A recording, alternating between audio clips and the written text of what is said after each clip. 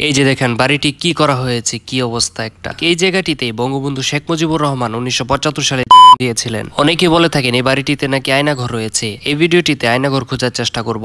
এই গাছটা থেকেও দেখেন নতুন পাতা গজিয়ে গিয়েছে। আসসালামু আলাইকুম সবাইকে, আশা করছি সবাই ভালো এবং সুস্থ আছেন। আমিও ভালো এবং সুস্থ আছি। আমরা বর্তমানে আছি ধানমন্ডির 32 নম্বরে। আর এই 32 নম্বরে বাংলাদেশের একজন বড় নেতার বাড়ি রয়েছে, সেটা হচ্ছে বঙ্গবন্ধু শেখ মুজিবুর রহমানের বাড়ি। আপনারা সবাই জানেন গত 5ই আগস্ট একটা রাজনৈতিক বড় ধরনের পট পরিবর্তন হয়েছে। আর পট পরিবর্তন হওয়ার ফলে বাড়িতেও কিন্তু একটা বিশাল প্রভাব পড়েছে। দেখেন এখানে নতুন করে পাতা গজিয়েছে। এই বিষয়টা আমার কাছে খুবই অবাক লেগেছে। বর্তমানে এই বাড়িটি আপনারা যে অবস্থায় দেখতে পাচ্ছেন, কিছুদিন আগেও এই অবস্থায় ছিল না। এখানে ছিল পুলিশি নিরাপত্তা। এই বাড়িটি মূলত ছিল একটা জাদুঘর, যেখানে বঙ্গবন্ধু শেখ মুজিবুর রহমানের পরিবারের সদস্য এবং তার ব্যবহারের হাজারো জিনিসপত্র সংরক্ষিত ছিল। কিন্তু ক্ষমতা পালাবদলের ফলে দেখুন কি অবস্থা করা হয়েছে বাড়িটির। অনেকে বলে থাকেন এই বাড়িটিতে নাকি আয়নাঘর রয়েছে।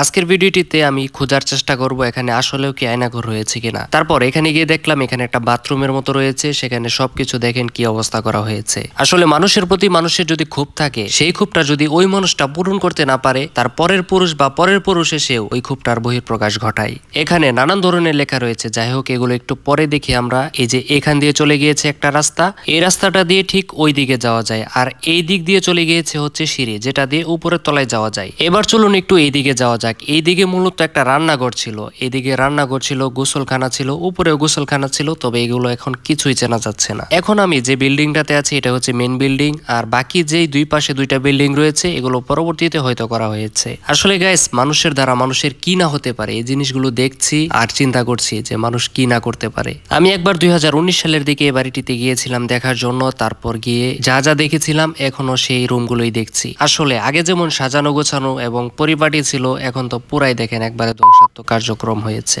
এখন যাবো একটু উপরের তলায়। এখন যে সিঁড়িটি দেখতে পাচ্ছেন, এখানেই বঙ্গবন্ধু শেখ মুজিবুর রহমান 1975 সালে জীবন দিয়েছিলেন। তাই এই সিঁড়িটি বঙ্গবন্ধু শেখ মুজিবুর রহমানের সাথে অনেকটা স্মৃতি বিজড়িত। এই সিঁড়িটি আগে বন্ধ ছিল, এখন যেহেতু সবকিছু ভেঙে ফেলা হয়েছে তাই সহজে ওঠা যায়। এখান দিয়ে উঠতে লাগলাম। তারপরে উঠতে উঠতে একটু ডান সাইডে তাকালাম। তারপর তো দেখি ওই দিক দিয়ে ধানমন্ডি লেক পুরোটা দেখা যাচ্ছে। এখন কিছু কথা বলবো গাইস, সবগুলো আমাদের ভালোর জন্যই বলবো। আমরা যতদিন পর্যন্ত জাতি হিসেবে রাজনৈতিক প্রতিহিংসা দূর করতে না পারবো, ততদিন পর্যন্ত আমাদের জাতির উন্নতি সম্ভব হবে না। কারণ প্রত্যেকটি জাতি যেগুলো উন্নত হয়েছে, সবাই ঐক্যবদ্ধ হয়ে উন্নত হয়েছে।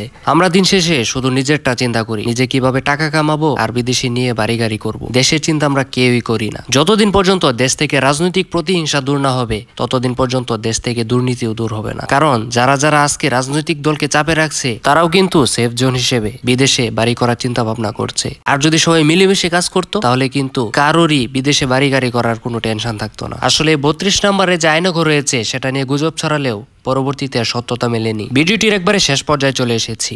ভিডিওটি যদি ভালো লেগে থাকে তাহলে অবশ্যই লাইক, কমেন্ট এবং শেয়ার করে দেবেন। আর অবশ্যই আমার চ্যানেলটি সাবস্ক্রাইব করতে ভুলবেন না। রাস্তা থেকে 32 নম্বর এই বাড়িটি বর্তমানে এরকমই দেখা যাচ্ছে, তবে কিছুদিন আগেও এরকম ছিল না, ছিল বাউন্ডারি করা। আর ঠিক ওই পাশটাতে বঙ্গবন্ধু শেখ মুজিবুর রহমানের একটা প্রতিকৃতি ছিল। ভিডিওটি এখনই শেষ করে দিচ্ছি। সবাই ভালো থাকবেন, সুস্থ থাকবেন।